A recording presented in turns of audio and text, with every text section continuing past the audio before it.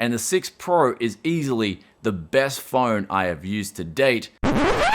Google, please update these phones immediately. There's currently an issue where the performance cores are running at 100% active state when doing lightweight tasks. For instance, when I'm using Android Auto and I've only got Spotify and Google Maps open, this phone will get extremely hot to the point where it's shut down already.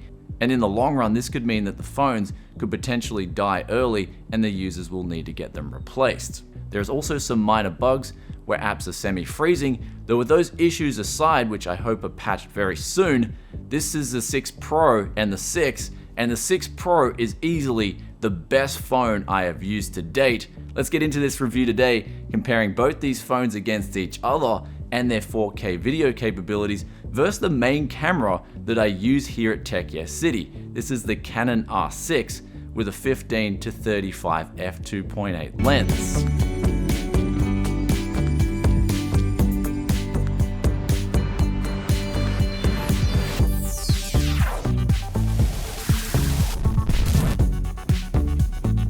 Welcome back to Tech Yes City, and the first thing to talk about with both these cameras is the new updates Google have introduced with the Pixel 6 and also the 6 Pro. They now have their own in-house tensor processor, which is much more powerful than previous Pixel phones, and the camera has been drastically updated to the point where I'm not sure why they called this a Pixel. They should have gone with a new branding name because it is that much better than the previous Pixels. The Pro sports 12GB of system memory versus the 6, which sports 8GB. The resolution is slightly higher on the 6 Pro and also has slightly bigger dimensions with a 6.7-inch screen versus a 6.4-inch screen, and they are both OLED. However, the 6 Pro does implement a better version of OLED, aka a LTPO or low temperature polyoxide crystalline organic light emitting diode screen. On the front of both these phones you get Gorilla Glass Victus, then on the back of the 6 Standard you get Gorilla Glass Standard, and then you get the Victus on the 6 Pro on the back as well.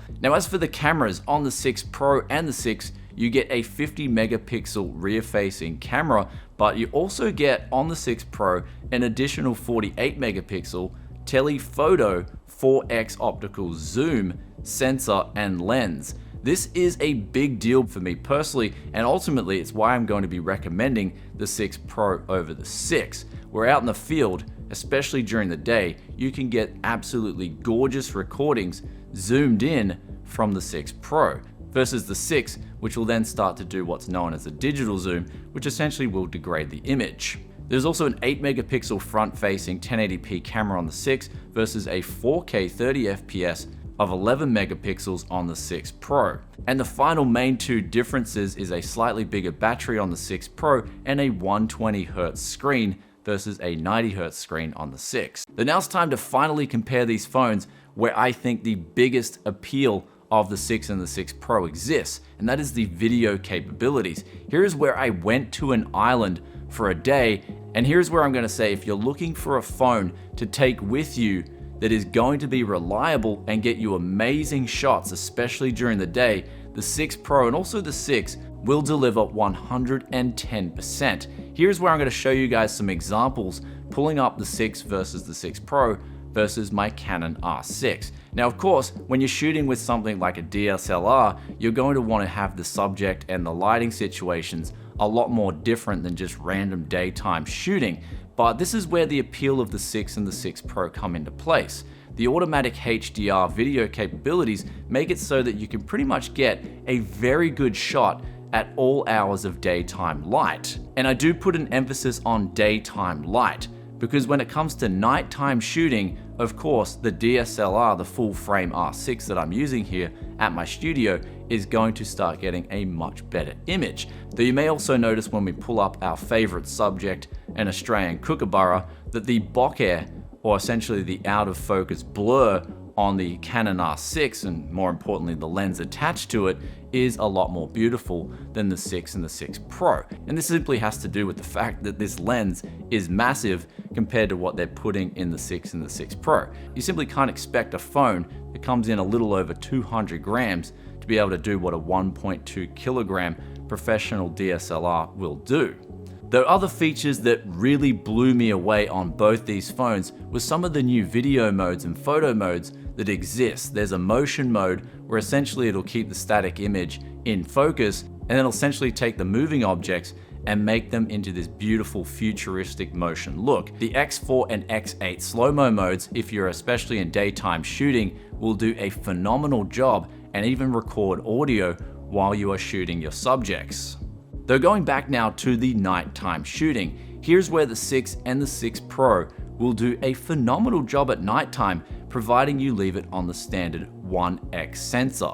That is default out-of-the-box photo settings on the rear-facing cameras. Here's where I noticed the least amount of noise, where if I stop it down to the 0.7x wide angle, you'll get a lot of noise coming into the sensor. And of course, if you want to zoom or on the 6 Pro, use the telephoto zoom, these will incur a lot more noise. So basically, if you want to do nighttime shooting on the 6 and the 6 Pro, I'd leave it on the default 1x on the rear facing camera. And then also, if you're not recording videos, you can take advantage of the nighttime setting shooting, which will essentially take a heap of images, providing you hold the phone still, and then we'll make a beautiful, noiseless, very clear picture. They're also going back to more of the features in video mode. There's things like cinematic pan and also extreme image stabilization. Both work phenomenally well, though again, providing you have good lighting conditions. And I will stress that throughout the review. Don't buy this phone going into an indoors environment expecting it to pull out DSLR-like images. But if you do go into well-lit conditions, this phone can essentially double down as a professional video recording device.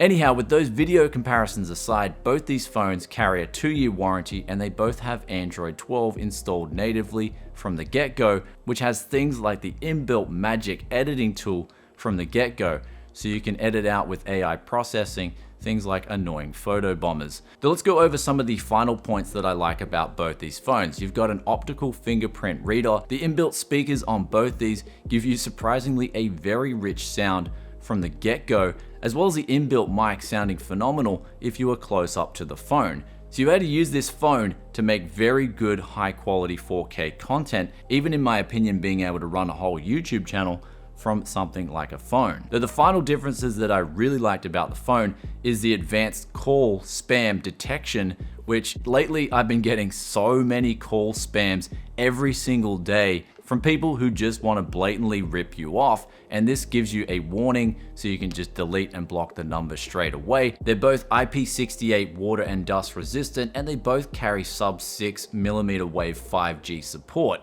Though all that aside, now it's time to give you guys a clean-cut conclusion. And basically, me personally as a reviewer, I review enthusiast tech hardware. I never really take a look at phones, but Google sent this over and they didn't even tell me any points or anything to look for. They just sent the phones over and said, have a go. And usually when a company does this, whether it's a phone company or a company sending over a computer graphics card or CPU, it usually means that they are very confident in their product. And I would say here that Google has a winner both on the 6 and the 6 Pro. However, that said, I would like to see them immediately patch the issues that I'm having personally. I'm sure there's going to be a lot of other people having issues with these phones that are making it so that they're not getting the best experience that they should be. And in the case of me being a desktop hardware enthusiast guy, I know how much heat can be a killer of components. So they really need to get the heat issues fixed with this phone, especially when it comes to having those big performance cores running at 100% active state when they don't need to be, as opposed to having those little cores working a lot more efficiently to reduce the heat of the phone, especially when you're not doing strenuous tasks. Though ultimately you're now left with the decision if you want to get one of these phones. Do you get the 6 coming in at 600 US or 1000 Aussie, or do you get the 6 Pro coming in at 900 US or 1300 Aussie dollars? And for me personally, after using both these phones the way I've been using them over the past week, I would definitely go for the 6 Pro, but that's because I'm a guy who loves photography and video work, and that telephoto zoom, as well as the extra video capabilities, especially the more control you have in the camera software itself with the color temperature and the brightness, just leads way to making the 6 Pro a better purchase in that regard. You've also got the hardware upgrades in the system memory, the screen, the battery life, and it just makes for that polished phone that really does scream flagship. Now also, if we're to compare that to other phones out there in the market, this flagship price is actually pretty reasonable with the 6 Pro, and even with the 6, the video capabilities are phenomenal and it does justify the price as well. But for me personally, I'd be going with the 6 Pro, but I will state that both these phones do have a 2-year warranty, though if you wanted to keep this phone for a long time, which I feel it will be relevant for a long time, then I'd opt in for a longer warranty, say something like 5 years. Anyhow, with that aside, I hope you guys enjoyed today's first review of a smartphone that I have done in a long time. If you did, then be sure to hit that like button. Also, let us know in the comment section below what you think of the 6 and the 6 Pro. I'm pretty sure Google will be reading these comments as well, so it's always good to let out your frustrations. If there's things that you find wrong with the product, then I'm sure they'll be reading, as I don't think they want a product that isn't working at 100% out there on the market. So the sooner they can get some of the issues fixed, the sooner this phone will be, in my opinion, the best phone out there on the market. Though there's also some little extra things that they sent over, like a 30-watt USB fast charging hub, which will charge the phone in roughly an hour and a half. It does charge very quickly, and there was also some wireless earbuds that they sent over that do a very good job if you want something to match your 6 Pro. Of course, they do cost extra. Anyhow, guys, I'll catch you in another tech video very soon. If you've stayed this far and you're enjoying that Tech Yes content, then be sure to hit that sub button, ring that bell, and I'll see you next time. Peace out for now. Bye.